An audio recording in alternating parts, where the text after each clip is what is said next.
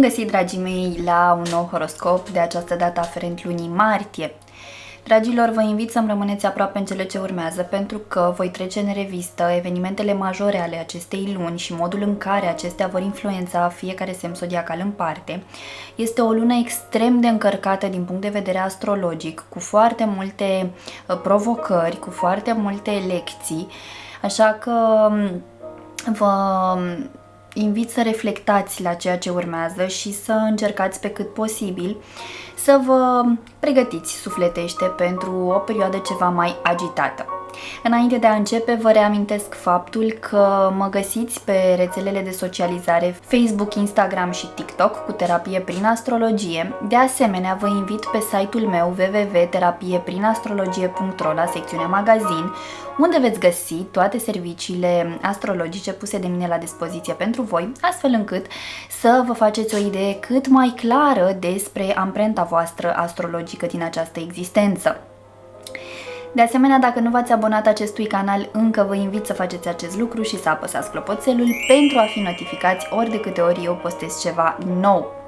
Dragilor, vă reamintesc că acesta este un horoscop general și pentru mai multe informații personalizate vă invit fie să accesați site-ul meu și să achiziționați un serviciu astrologic personalizat, fie puteți urmări și videourile aferente semnului zodiacal în care aveți ascendentul și luna amplasate în hărțile voastre natale, în cazul în care vă cunoașteți aceste elemente.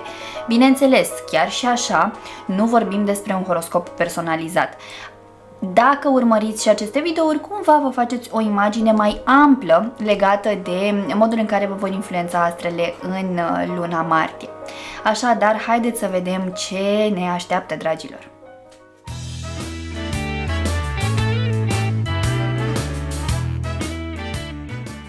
Bun găsit, dragi nativi ai zodiei RAC, și bine ați revenit la un nou video, de această dată aferent lunii martie. Acest video este pentru cei dintre voi care v-ați născut în acest semn zodiacal, dar și pentru cei dintre voi care aveți ascendentul și luna amplasate în acest semn zodiacal și, bineînțeles, dacă vă cunoașteți și alte elemente importante din harta natală, puteți urmări acest video.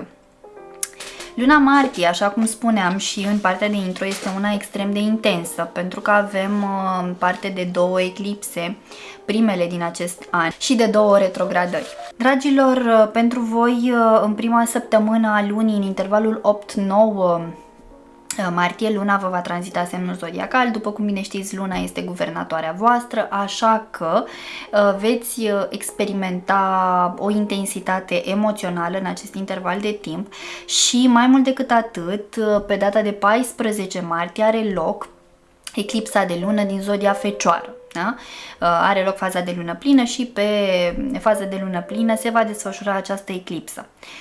Ei bine, veți fi influențați în mod direct, fiind vorba despre guvernatoarea voastră. Așa că este important să fiți chibzuiți în ceea ce privește deciziile în perioada aceasta, despre care vă spun de mijloc al lunii, să nu vă luați decizii majore, pentru că puteți greși, mai ales că îl aveți și pe Marte în semnul vostru zodiacal, care este planeta acțiunii, așadar nu vă lăsați pradă acestor impulsuri de moment, în pradă emoțiilor intense de moment, care, bineînțeles, ulterior vor trece, se vor așeza și veți căpăta limpezimea de care aveți nevoie pentru a vă lua niște decizii mature.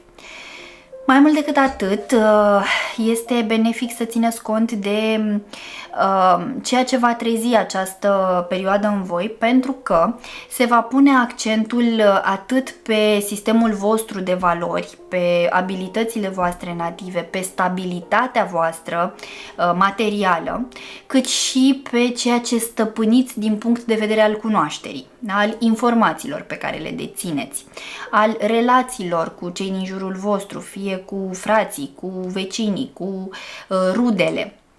Deci este bine să fiți atenți, pentru că pot apărea conflicte, mai ales spre mijlocul lunii. Pot apărea conflicte cu membrii ai familiei, cu persoane apropiate de vârsta voastră. Totodată este benefic faptul că veți avea posibilitatea de a conștientiza ce anume mai aveți de învățat. Pentru unii dintre voi se pot deschide în fața voastră noi oportunități de a cunoaște oameni noi, oameni care ulterior să vă ducă în niște contexte bune pentru evoluția voastră. Pentru alții puteți cunoaște niște oameni care ulterior să vă devină mentori, da? De la care să aveți ce să învățați, să pătrundeți în anumite cercuri sociale care să contribuie la evoluția voastră, da? Din punct de vedere al intelectului, al cunoașterii, al modului în care comunicați, în care vă exprimați. Unii dintre voi poate vă înscrieți la cursuri care au legătură cu vorbitul în public sau doriți să învățați o limbă străină sau să perfecționați deja o abilitate pe care o aveți. Indiferent despre ce este vorba, este benefic să observați aceste lucruri în primă fază și apoi, după ce trec toate aceste influențe astrologice puternice, să vă conturați un plan de acțiune, da? Care să vă ajute să și materializați ceea ce vă doriți. Dar, în perioada menționată, este benefic să fiți atenți la modul în care acționați și reacționați. Da? Pentru că cumva pot ieși la suprafață chestiuni reprimate. Poate că vă cășună așa pe partenerul de cuplu, vă aduceți voi aminte așa de acum un an, 2, 3, din tinerețe, din copilărie, chestiuni care v-au supărat la un moment dat și acum le scoateți din acea cutiuță să vă mai uitați peste ele, să vedeți ce s-a schimbat de atunci.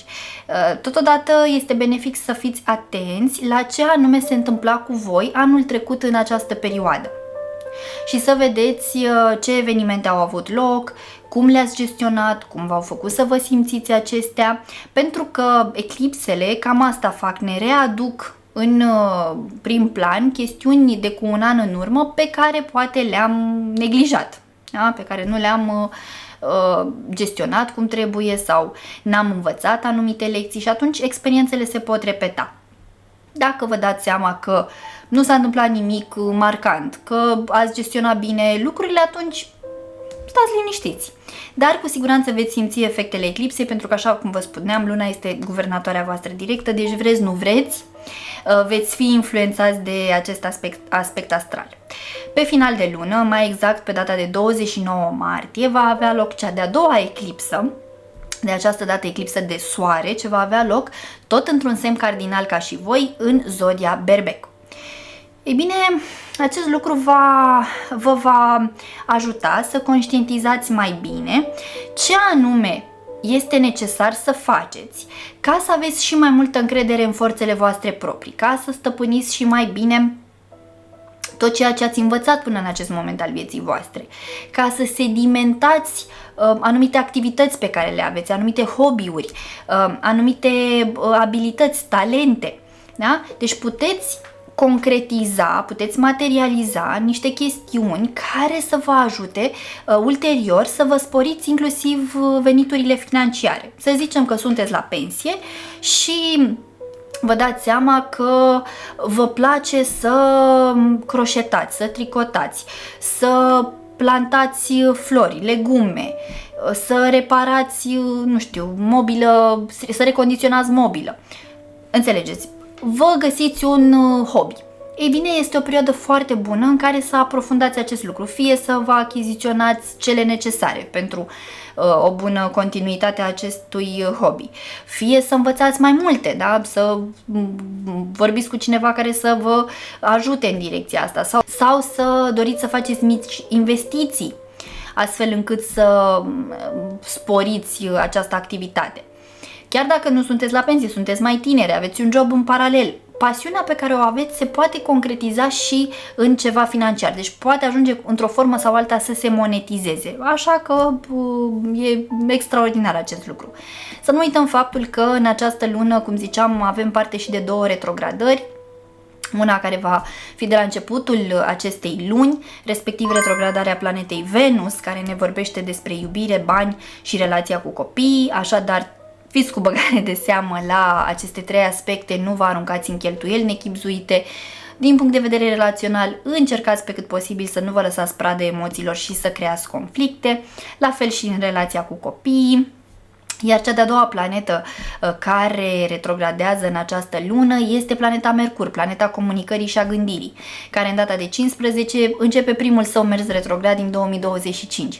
Așadar, trebuie să fim cu băgare de seamă, pentru că ambele planete, și Venus și Marte, retrogradează până spre finalul lunii în zodia Berbec. Și atunci creează o stare de impulsivitate, de nervozitate, de nerăbdare. Deci este important să fiți atenți și la modul în care vă comunicați dorințele, emoțiile, sentimentele, astfel încât să ajungă mesajul de partea cealaltă la interlocutorul vostru și totodată să nu degenereze într-o zonă de conflict. Deci, răbdare, dragii mei. Acestea sunt informațiile din punct de vedere astrologic. Așa cum v-am obișnuit, am să extrag și un mesaj sau mai multe de la cărțile Oracol. Haideți să vedem ce mesaj sau ce mesaje v-au pregătit aceste carduri în luna martie pentru toți dintre voi care aveți legătură directă cu zodia Rac. Primul mesaj vorbește despre respirație, despre vindecarea inimii, a emoțiilor, a conexiunii cu voi înșivă și apoi cu cei din jurul vostru, prin intermediul respirației. Aveți nevoie să meditați, să faceți exerciții de respirație, astfel încât să vă reglați, să vă liniștiți. Dacă v-ați simți mai agitați, mai anxioși în ultima perioadă, aceste lucru cu respirația vă poate ajuta foarte mult să vă reglați, da? Din punct de vedere interior, din punct de vedere hormonal, da? Să reglați cortizolul acela care poate se formează așa în exces din motive de stres. Iar cel de-al doilea mesaj vă vorbește despre o nouă înflorire, o a doua șansă în viața voastră, da? Nu este niciodată prea târziu, apar în viața voastră noi posibilități, da? Pentru cei dintre voi care poate ați trecut printr-o despărțire, poate ați încheiat un job, ați finalizat ceva, acest mesaj vine în întâmpinarea voastră tocmai ca voi să nu fiți descurajați și să înțelegeți că aceasta este șansa unui nou început. În speranța că mi-ați rămas aproape până la finalul acestui video, vă mulțumesc și vă invit să apreciați și să distribuiți acest video tuturor celor cărora credeți că le va fi de folos. Vă doresc ca luna martie să aducă în viețile voastre toate binecuvântările de care aveți nevoie. Vă pup! Pa, pa!